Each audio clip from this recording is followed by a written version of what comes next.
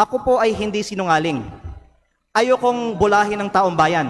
Lahat tayo dito sa plenaryo ngayon ay may kaalaman na talamak ang vote buying at umaabot sa daan-daang milyon on average at minsan bilyon-bilyon ang mga kampanya ng mga kandidato sa Pilipinas. Kaya kung sino man dito ang magtatayo at nagsasabi na kasinungalingan ang sinasabi ko na umaabot sa daan-daang milyon, at the very least ang ginagastos ng ibang mga kandidato na nandito sa plenaryo ng Kongreso ngayon, hindi ako mahihiya na magsabi na sila ang sinungaling at ako ay nagsasabi ng totoo. At ayoko na magkukunwari tayo dito bago ko pa papangalanan ng ibang mga nakatayo sa Kongreso ngayon na balita ko ay may mataas na presyo ng bilihan sa kanilang mga eleksyon na itanggi natin dito na talamak ang vote buying at mataas na spending sa mga kampanya sa Pilipinas.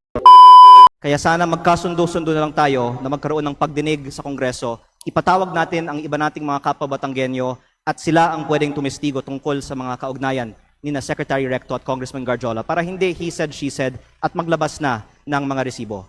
Pangalawa, dagdagan ko din na hindi ko binanggit sa aking privilege speech kanina ang eleksyon sa Lipa, alang-alang sa aking kasamahan. Pero para may konteksto tayo sa talakayan nito, sinabi sa akin ng ibang mga politiko sa Lipa na ang di umano'y ginastos ni Congressman Garjola at ng mga Recto sa Lipa sa 2025 elections ay umabot pa ng 1 billion pesos kasama na ang napakataas na presyo para sa bilihan ng mga boto. Hindi ko po alam ang totoong nangyari.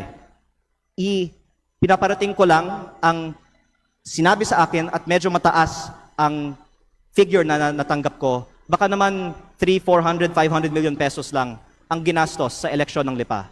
Pero gusto ko lang tanungin kung ano man ang ginastos ni Congressman Garjola para sa mga kandidato ng V-Lucky sa lungsod ng Lipa sa 2025 elections, kung 500 million man yan, o 200 million, o 100 million, ano ang kapalit ng ginastos ni Congressman Garjola para sa mga kandidato ng V-Lucky sa lungsod ng Lipa? Don't take it from me, magpatawag tayo ng pagdinig at lahat ng mga Batanggenyo ay pwedeng sumagot sa mga testigong ito. Nakakagulat, no, Mr. Speaker, dahil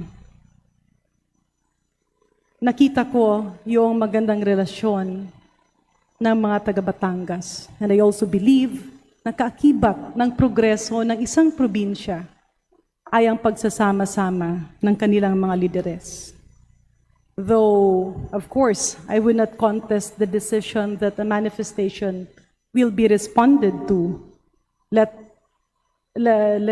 Balikan lang po natin na nagulat kasi ako dun sa mga sinasabing gastusin na umabot ng bilyon-bilyon. Did I hear the Honorable Leandro Opo, Levister pero right? in fairness po sa mga Recto, sa buong bansa naman bilyon-bilyon ang ginagastos ng mga tao para manalo sa mga eleksyon.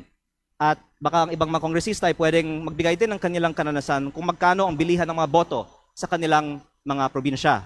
Ang itinutukoy kong punto dito ay hindi na may bilihan umano ng mga boto sa eleksyon. Pero na si Congressman Garjola ay umano ang gumastos para sa mga Recto sa Batangas. At least for a large part of their campaign, which I witnessed myself in my district. Yeah, that's why At I ang asked tanong, Mr. Speaker. kung totoo kasi- man, kahit 1 milyong piso, ano ang kapalit ng ginastos ni Garjola para sa mga Recto? Yeah, At kung may kaya- katotohanan man ba, ang sinasabi ko na sa April 15, sa dinner na pinicture na nasa Facebook, kwento nila sa akin ang kanilang sistema para sa road openings, bilihan ng lupa, pagpondo gamit ng impluensya sa gobyerno, at pag-raise ng pondo para sa mga eleksyon. Kaya ako nagtanong, Mr. Speaker, distinguished colleague, kasi ganun ba talaga ang gastusan Batangas? Matanong ko po yung ating kasamahan, magkano po ang ginastos niya sa eleksyon? Actually, mas mababa ang gastusan actually sa Batangas kaysa sa ibang mga probinsya. At kung bubuksan natin kung saan ang pinakamataas, balita ko nasa ibang mga rehiyon ng ating bansa, hindi masyadong mataas ang Calabarzon, di ba? Kong JJ, hindi masyadong mataas sa atin sa Batangas o sa Quezon. Pero Maybe the Honorable... ang punto ko ay hindi para buksan ang ginagastos ng mga politiko sa mga eleksyon. Ang punto ko ay bakit ang isang kontraktor ay gagastos para sa mga politiko? Kung election spending ang bubuksan natin, hindi tayo matatapos ngayong araw. Ang punto ko, bakit ang kontraktor, ang lantaran, nag-host ng mga political events para sa mga politiko sa Batangas? Mr. Speaker, would the Honorable J.J. Suarez respond? But I would continue my line of questioning after his response. Sorry. Before we continue, let's put a little order here. Huwag nating gawing free for all to, please. Ang punto ko, Honorable kung members anong of this ginagastos sa House. Quezon o sa Excuse me, Batangas, I'm addressing mas the floor, mababa sir. naman. Kasi Order. probinsya. I'm addressing the floor. Let's put a little order and let's put a little respect with our colleagues. Honorable JJ, please respond. You were called out. Yeah, thank you very much, no, Mr. Speaker. I found it a little bit offensive that all of a sudden a dear colleague of mine would call out my name during his collective and personal privilege. But nevertheless, no, insofar as my name was called and he asked me, let me just respond with a few queries of clarificatory in nature. Am I allowed, Mr. Speaker? Please proceed. Kanina po na pinakikinggan ko ang pananalita ng ating kinatawan mula sa Batangas. Binanggit niya na may mga halagang ginamit sa kampanya. Totoo po ba ito? Opo, na ang mga leaders Meron sa po aking ba distrito- tayong Yes. ebidensya na magpapatunay? Meron po bang dokumento? Meron po ba tayong hawak na anumang sinumpang salaysay na magsasabi na ganito nga po talaga ang nangyari? Unang-una po, Or tayo po ba ay bumabase lamang sa mga haka-haka at kwento at text at mga Facebook okay, messages? ilang sagot po. Unang-una, sa campaign sorties, nakikita natin na may gastos. At ang punto ko ay tila si Kong Garjola ay may ginastos para sa campaign sorties ng Vilma at Lucky sa Batangas. Pangalawa, ang leaders ko sa Batangas, ayon sa aking isinalaysay, ay nakatanggap ng pera galing kay Congressman Garjola at ito po ay para ikampanya ang Vilma at Lucky pero galing kay Congressman Garjola. At pangatlo, magpatawag na lang tayo ng pagdinig sa Kongreso para ang mga ibang mga politiko sa Batangas at hindi ako ang pwedeng tumistigo tungkol dito. Mr. Speaker, tayo po ay nahalal bago 2025. Taon po ngayon ay 2026. Kung talaga pong may mga ganong nangyari na maanomalya o questions of irregularities during the campaign, were the proper cases filed in COMELEC?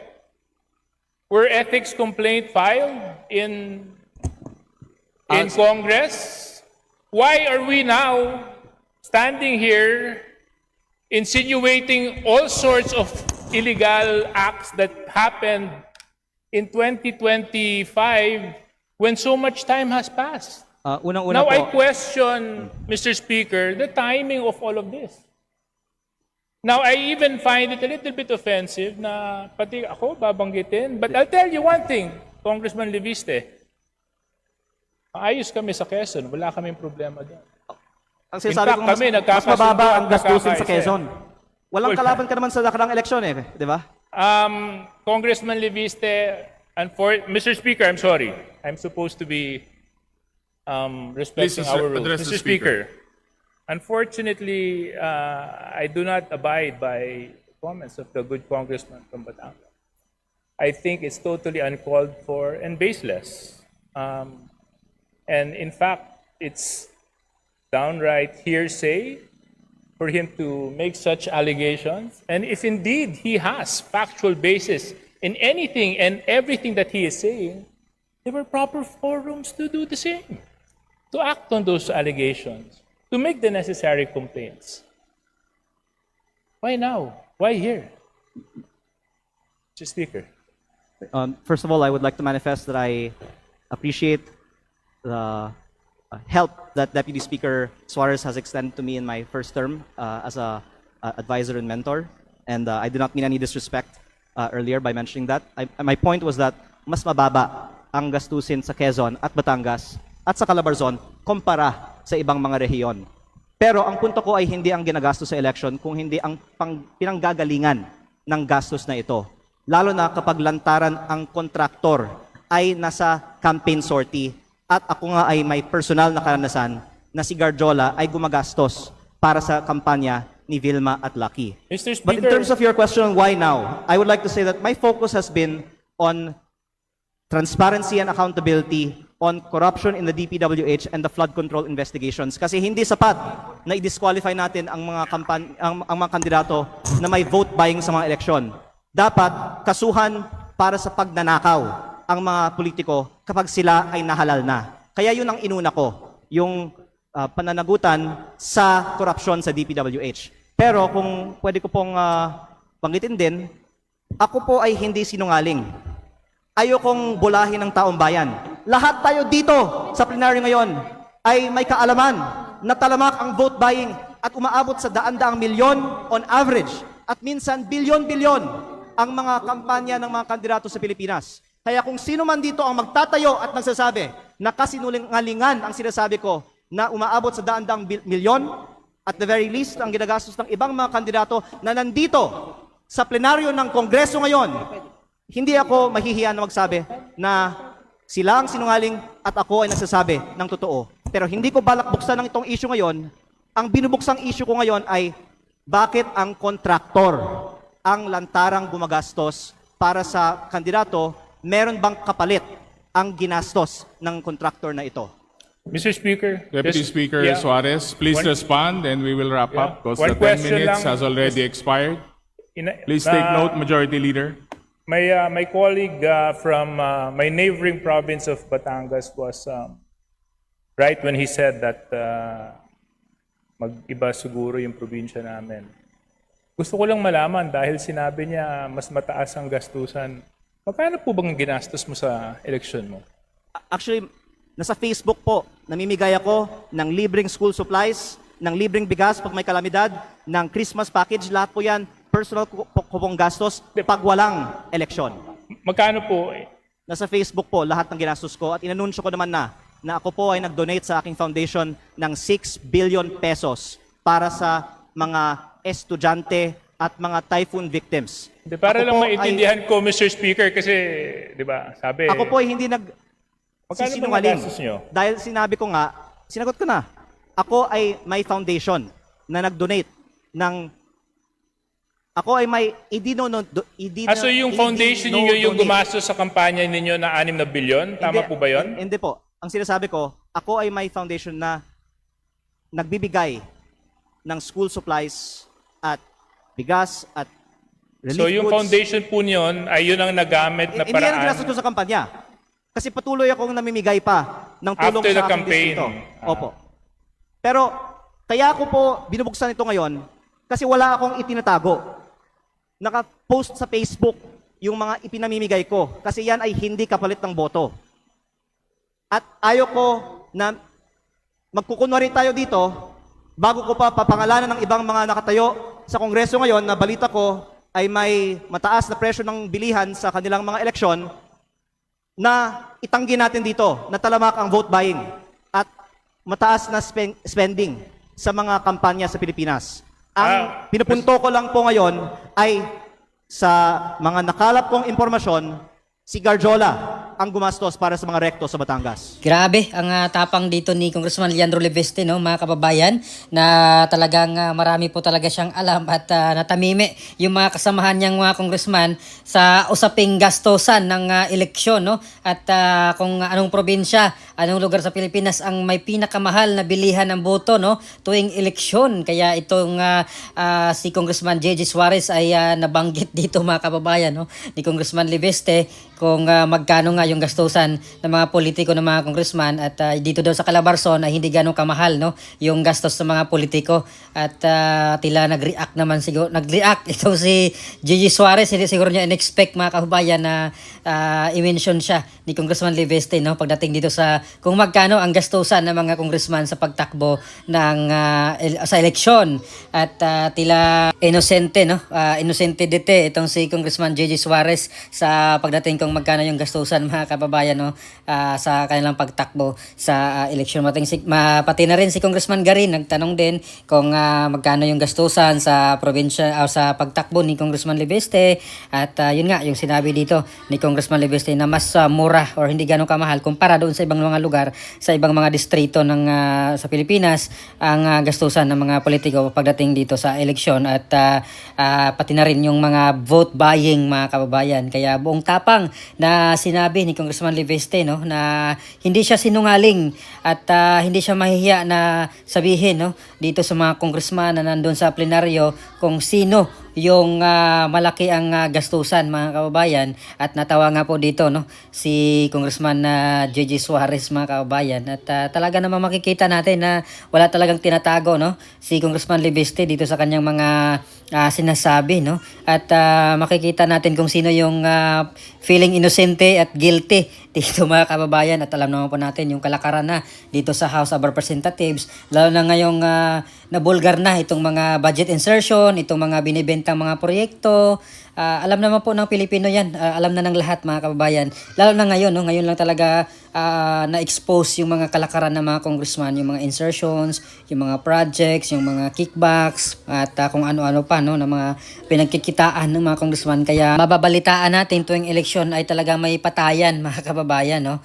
Sa ibang probinsya talagang may mga hotspot yung COMELEC pagdating sa eleksyon, no. Kaya dito po, mga kababayan, alam naman po natin, or ito po yung dahilan kung bakit sila nagpapatayan, dahil dito sa posisyon ng pagka-congressman. Dahil bilyon-bilyon din ang talagang kitaan dito, mga kababayan, no, sa posisyong ito.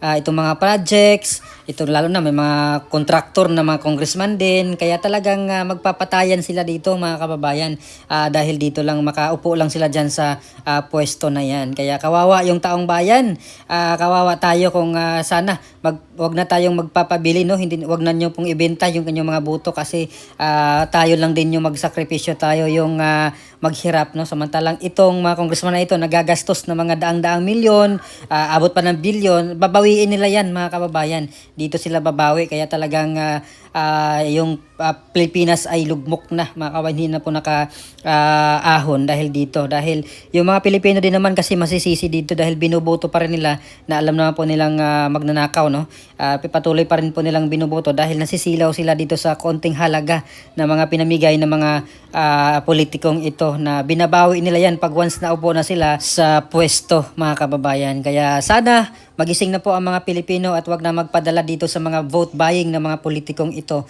dahil kawawa yung mga susunod na henerasyon, kawawa tayo mga Pilipino, mga kababayan.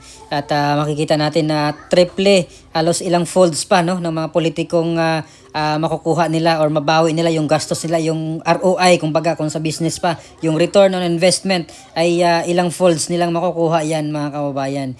Bilyon-bilyon ang pinag-uusapan ngayong corruption, no, sa flood control pa lamang yan, mga kababayan, no, umabot na ng trilyon. At hanggang ngayon wala pang nananagot, wala pang nakulong na mga congressman na involved dito sa mga katiwalaang ito, no. Si Bong Revilla pa lang so far yung nakakulong na politiko, at yung mga kasamahan nila or mga kakontsaba nilang opisyalis ng DPWH, mga kababayan. So sana magkaroon po ng fully investigation talaga, no, kasi bitin yung investigation ng ICI. Parang naudlot, mga kababayan, hindi pa natapos, wala pang nakulong hanggang ngayon. At yung ombudsman naman wala pa, sinasabi kakasuhan na daw nila si dating House Speaker Martin Romualdez at si dating House Senate President Chis Escudero. So wala pa naman so far, no. So abangan natin bago matapos, no, or sana sabi niya kasi sa May kakasuhan na nila ng ombudsman itong dalawang ito, pero ngayon ay nasa May 5 na tayo ngayon. Abangan natin kung baka matapos na lang itong May ay wala pa rin nakakulong or wala pang nakasuhan, mga kababayan. So ano pa masabi nyo dito sa buong tapang na pagbulgar ni Congressman Libeste, no, patungkol nga dito sa kay Executive Secretary Rap Recto at ni Garjola, na isang congressman, na party-less congressman na naka-base dyan sa Batangas, no, na di umano'y gumastos dito sa kandidatura, no, ng mga Recto sa Batangas, mga kababayan. So please comment down below. Maraming salamat. God bless po sa ating lahat.